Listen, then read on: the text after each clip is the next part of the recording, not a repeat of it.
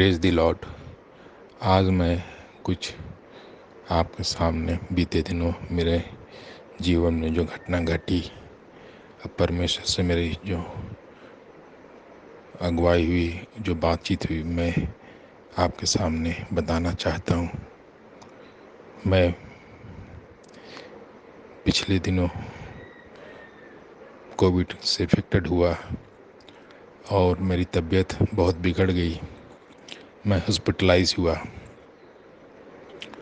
और मैं सदर हॉस्पिटल में था।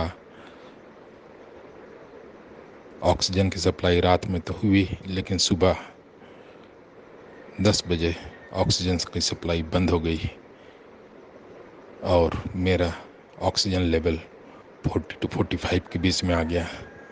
मैं प्रोन पोजीशन में लेटा हुआ था। बेटी चिल्ला चिल्ला के गॉड से प्रार्थना कर रही थी और प्रे कर रही थी,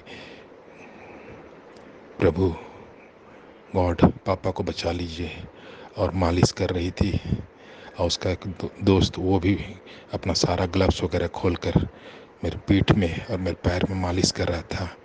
और सचमुच इसी बीच क्या होता है, एक ठंडी हवा का झोंका आता है और मुझे थाम लेता है। मुझे कोई भी तरह का दिक्कत सांस लेने में नहीं होता है। और मैं क्या देखता हूँ कि मैं एक ऐसे जगह पर खड़ा हूँ जहाँ बहुत ही सुंदर सा जगह है, और मैं उसको, एक छोटी दीवार थी, उसे पार करना चाहता हूँ। जैसे ही मैं पार करना चाहा, एक आवाज़ आई, नहीं, तुम उधर नहीं जा सकते हो। तुम्हारा जीवन 5.5 साल का है, वो तुमको बैक करते हैं।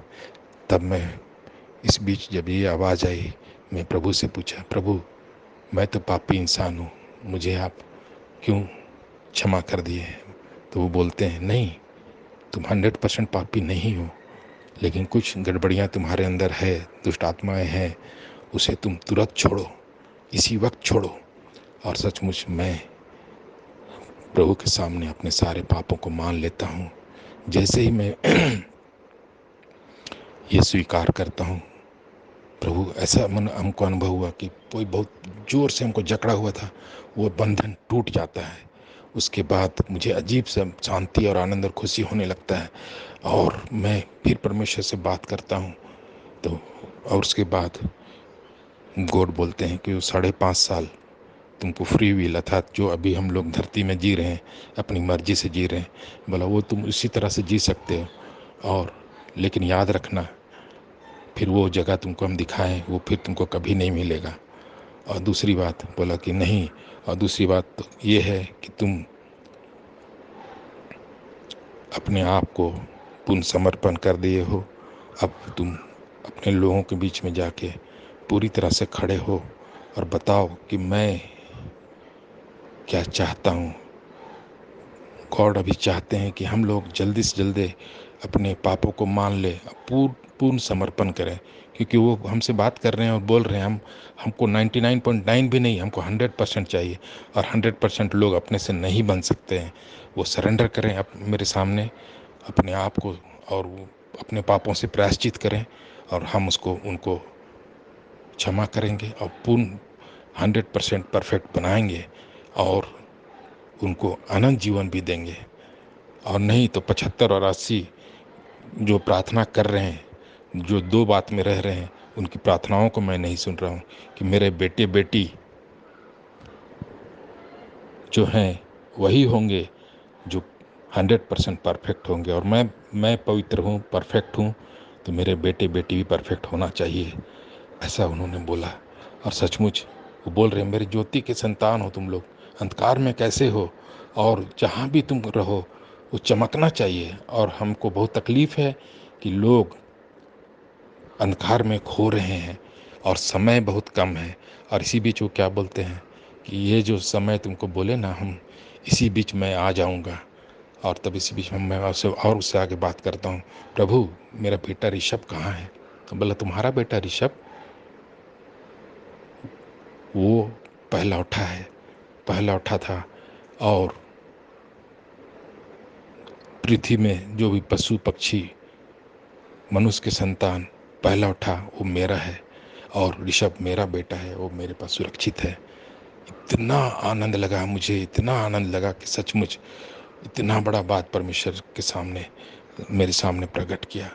और दूसरी बात बोला, अभी तुम जाओगे और जो तुम वहाँ तुमको जो काम करना है, तुम जो तुम कंस्ट्रक्शन का काम करते हो, तुम पेट्रोल पंप चलाते हो, रेस्टोरेंट चलाते हो, वही काम करोगे, लेकिन उसमें न्यायपूर्वक काम करोगे, ईमानदार बनोगे।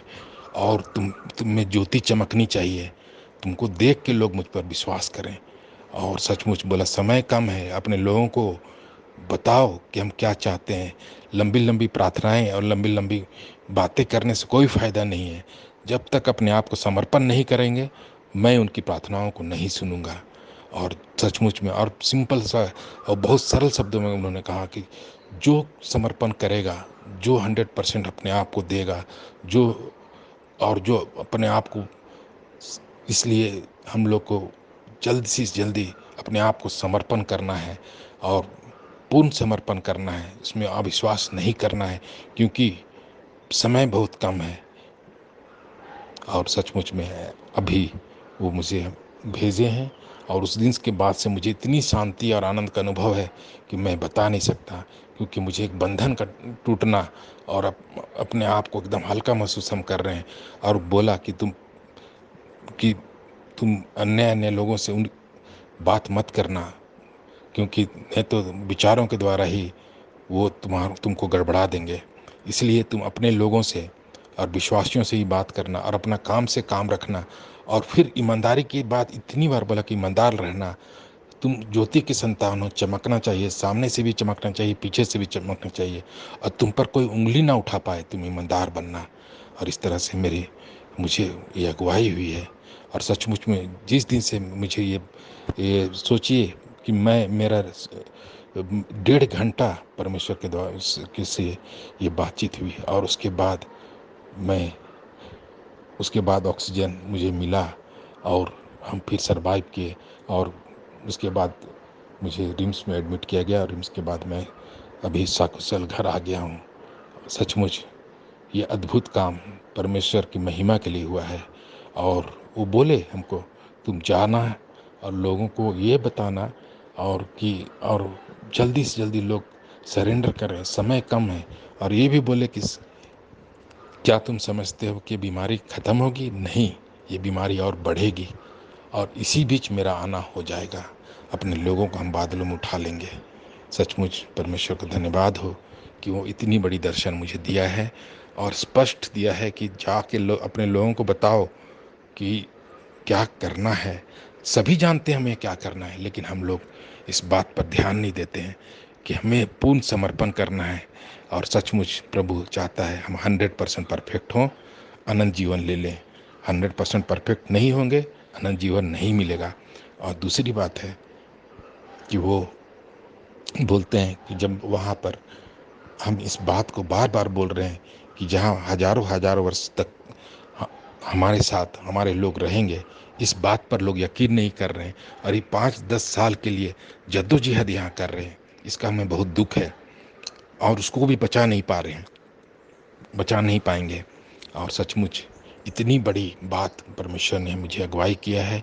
और प्रिय भाइयों बहनों, हम फिर से हम हर एक को हम अगुवाई करते हैं, हम आप इस बात पर गौर करें और अपने आप के पूर्ण समर्पण कर दें परमेश्वर के सामने।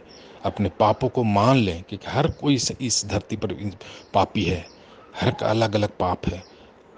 और सरेंडर करें, अपने आप को क्षमा मांगें और परमेश्वर को समर्पित करें और उसकी ओर दृष्टि लगाएं, क्योंकि समय बहुत कम है, प्रभु का आना बहुत निकट है। और इस संसार का सेकंड कमिंग हो जाएगा, यीशु मसीह का आना। इसलिए प्रभु हमें ये हो सकता है नहीं, ये सही बात है, अगुवाई किए हैं। और इस बात पर हम लोग गौर करें। धन्यवाद। गौर